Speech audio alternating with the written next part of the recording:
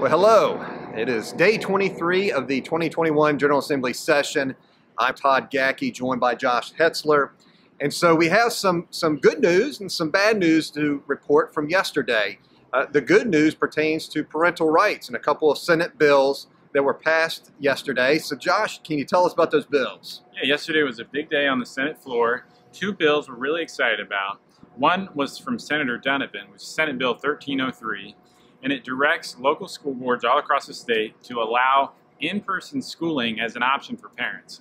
Now this is a big deal because a lot of counties have actually not allowed in-person schooling. It's created a lot of burdens for parents, but especially on kids. And so now this is going to require them to allow that, in addition to offering virtual education. So that passed 26-13. The second bill was from Senator Mark Peake, and it had to do with really this issue of the sex text line that teens that we were talking about over this past year.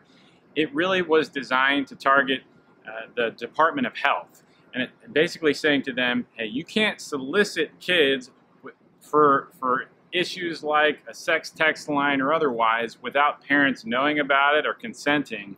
So we're really trying to correct that issue that a lot of parents got really upset about. So this is a really good win for parental rights, both of them, and we're excited to see keep fighting on these to get them through the House. Yeah. All right, so you got to deliver the good news. I guess I get to be the bearer of the bad news.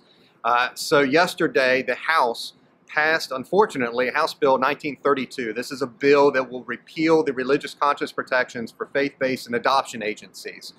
Despite some incredible speeches that were given in favor of keeping and maintaining that religious conscience protection, it did pass on a party line vote. And it is significant because this bill repeals everything from the licensing to all of the regulatory protections that are in place for these agencies. So that means if these licenses are stripped away, faith-based agencies will have to exclude themselves from participating in this program or forego their religious convictions about marriage, about marriage between one man and one woman and trying to place children into those homes.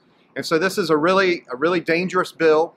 It now moves to the Senate. It's going to head to the Senate Rehabilitation and Social Services Committee, where we really hope that we can appeal to the senators on that committee. And we're going to work hard to try and convince them that this is not good for so many children that are in the adoption and foster care system, that this is going to hurt. This is going to create more harm than it will good. And there's also a Supreme Court ruling that we're waiting to come down really any day now. Yeah, the case was Fulton versus Philadelphia, a big case before the Supreme Court that's already been argued. We're still waiting on the decision. It could be any day. It could be as late as this summer.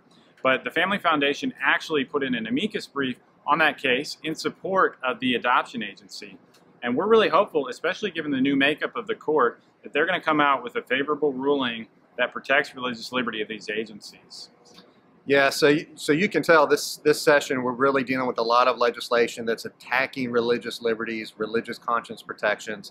So there's still a lot to happen. Please continue to follow us on our Facebook page as well as our website. You can go there at www.familyfoundation.org. Sign up for our email alerts if you haven't already, and we will continue to provide you with as much information as we can as session continues.